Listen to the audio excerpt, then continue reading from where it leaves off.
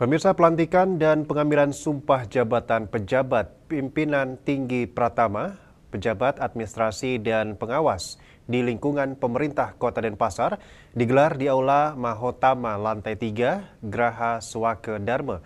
Pejabat baru dilantik karena pergeseran jabatan yang kosong dan mengejar efektivitas kinerja di Kota Denpasar.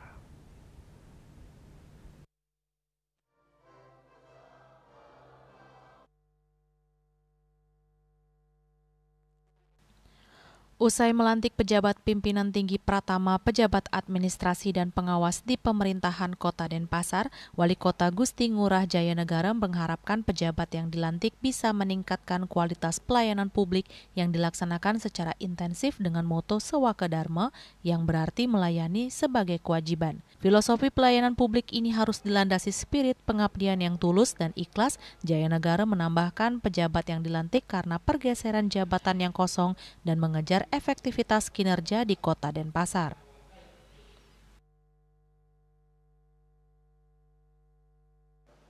Dan kawan-kawan dilantik ke jabatan JPT Pratama. Dari sisi regulasi kami sudah di atas 6 bulan menjabat di pemerintah Kota Denpasar. Yang kedua memang ini murni karena pengisian jabatan yang kosong.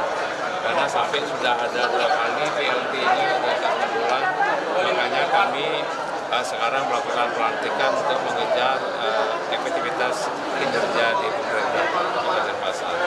Intinya seperti itu, tidak ada yang lain.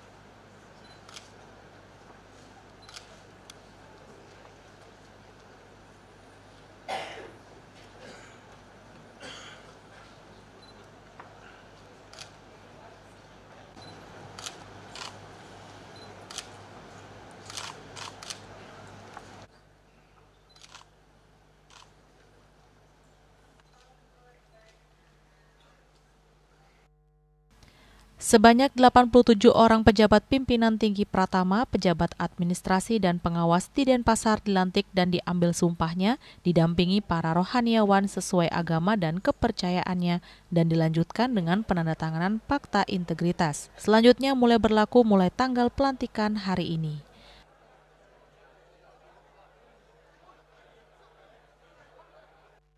Agus Sudiatmika, Bali TV.